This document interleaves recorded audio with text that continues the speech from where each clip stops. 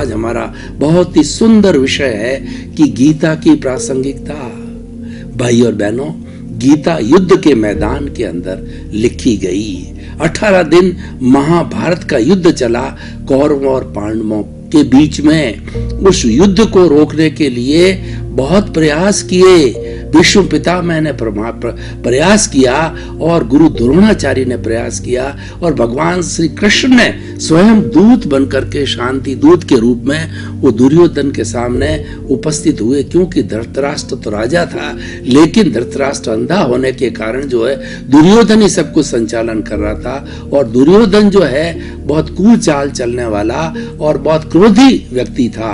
तब उसके सामने जब भगवान कृष्ण जो है वो शांति दूत बन करके आए कि 5 पांडव है, आप 100 कौरव भाई हो, तो 5 वो तुम्हारे भाई है। पांडु और धृतराष्ट्र दोनों जो है वो भाई थे, तो तुम्हारे वो भाई है, तो उन भाइयों को एक एक को जो एक गांव यानी 5 गांव उनको दे दो, उसमें उनकी संतुष्टि है और ये महाभारत का युद्ध जो है टल सकता है। लेकिन दुर्योधन ने उनकी इंसल्ट की भगवान कृष्ण की, उनको कहा चलिए तुम जो है उनके पक्ष में ही प्रस्ताव लेके आए हो, मुझे ये मान्य नहीं है। 5 गांव क्या, मैं तो एक जो है सुई की अणी जितनी भी जमीन उनको नहीं दूंगा। तो इस तरीके से सारे प्रयास करने के बाद में नियति का योग था कि महाभारत जो है को होना था।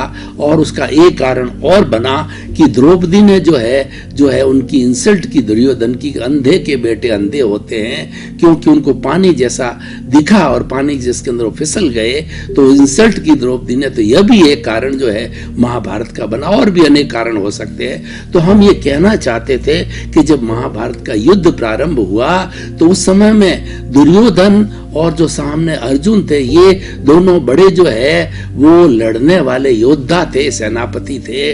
तो उनको ये कहा गया कि एक तरफ तो 16 अक्षुणी सेना है और दूसरी तरफ जो है ये भगवान कृष्ण है, वो भी निहत्थे हैं। किसको किस चीज की जरूरत है? दुर्योधन ने देखा कि लड़ाई करेगी महाभारत के युद्ध के अंदर तो सेना करेगी, तो उन्होंने 16 अक्षुणी सेना का चयन किया और वो अपने पक्ष में ली। और अर्जुन ने कहा मुझे तो जो है भगवान कृष्ण मुझे सारथी रूप के अंदर चाहिए। तो वो सारथी रूप में निहत्थे भगवान कृष्ण बने। और जब महाभारत का युद्ध प्रारंभ हुआ तो जो है अर्जुन ने हथियार डाल दिए और भगवान कृष्ण को बोला कि मैं किससे युद्ध करूं? सामने मेरे विष्णु पितामह है, मेरे गुरु है, मेरे भाई है, मेरे भतीजे है, मेरे सारे संबंधी, उनको मारूंगा। तो ऐसे युद्ध का क्या उपयोग है? तो उन्होंने कहा युद्ध तुमने जो है नहीं ललकारा है, युद्ध तो ये नियति है। बहुत प्रयास किए गए और एक क्षत्रिय का धर्म होता है कि कभी भी युद्ध के मैदान में पीठ नहीं दिखाई जाती है। और उन्होंने जो है उनको आत्म तत्व का उपदेश दिया कि तुम तो अलग हो, जो लड़ने वाला है ये रिलेटिव अर्जुन है और तुम्हारे भीतर जो बैठा है, जो अर्जुन का जो शुद्ध आत्मा भगवान है, वह जो तटस्थ रूप के अंदर है वो तो ज्ञाता दृष्टा है। और इस तरीके से उन्होंने धार्मिक जो है सारी बातें उनको बताते, प्रतिदिन जो नया नया जो उन्होंने उपदेश दिया।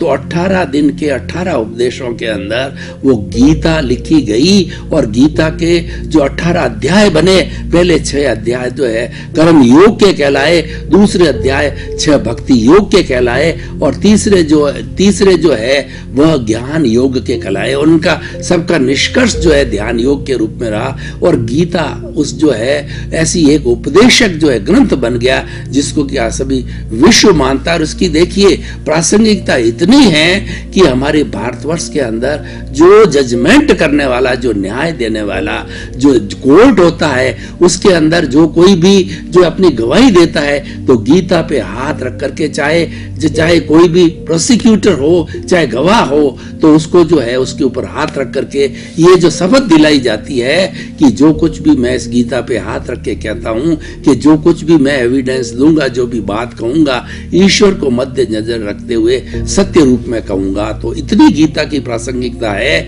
और वो गीता को आज विश्व ने भी अपनाया है। गीता एक विश्व ग्रंथ बने तो भी उसमें कोई अतिशयोक्ति नहीं। भारत में तो ये एक जो तरह का भारत का सर्वोत्कृष्ट ग्रंथ जो कि सर्वमान्य है, सभी धर्मों ने मान्य किया है, क्योंकि ये हमारा व्यवहार और निश्चय रहे कि दोनों बातें, व्यवहार जगत की भी बातें हैं कि हमारा व्यवहार जगत किस तरीके का होना चाहिए, हमको किस तरह से व्यवहार करना चाहिए, और साथ साथ के अंदर हमारा जो भीतरी जगत है, जो हमारा अध्यात्म जगत है, उस जगत की भी जो है इसके अंदर भगवान कृष्ण ने जो उपदेश दिए, भगवान कृष्ण ने जो है अर्जुन को अपना विराट स्वरूप बताया कि मेरा ये विराट स्वरूप है। तो विराट स्वरूप को देख करके अर्जुन नतमस्तक हो गया कि इतने महान देव भगवान ईश्वर मेरे साथ है और मुझे उपदेश दे रहे हैं, तो मुझे उनके उपदेशों का पालन करना चाहिए। दुर्योधन को भी विराट स्वरूप बताया, लेकिन दुर्योधन तो कपटी था, उनका मामा शुकनी था, उनके सलाहकार जो है वो बहुत गलत जो है, शुकनी ने उसको गलत दिशा के अंदर